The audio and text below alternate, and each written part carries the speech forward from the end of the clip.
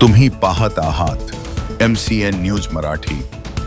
यवतमाळ जिल्ह्यातील महागाव तालुक्यातील फुलसावंगी ते महागाव जाणाऱ्या मुख्य रस्त्यावरील पुलाची अत्यंत दुरावस्था झाली असून पुलाचे संरक्षण कठडे पूर्णपणे तुटल्याने या मार्गावर मोठा अपघात होण्याची दाट शक्यता निर्माण झाली आहे।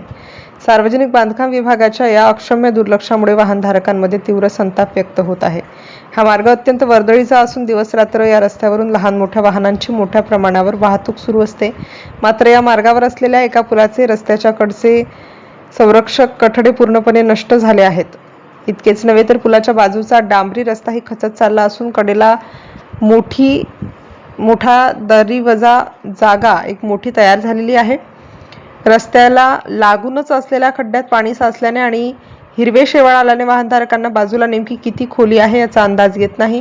रात्रीच्या वेळी तर हा परिसर अंधारात चाचपडत असतो। समोरून येणाऱ्या वाहनांच्या प्रखर दिव्यांमुळे रस्त्याच्या कडा न दिसल्यास एखादे वाहन थेट पुलाखाली कोसळण्याची भीती वर्तवली जात आहे। या गंभीर समस्येकडे संबंधित प्रशासकीय अधिकाऱ्यांचे वारंवार लक्ष वेधूनही अद्याप कोणतीही उपाययोजना करण्यात आलेली नाही।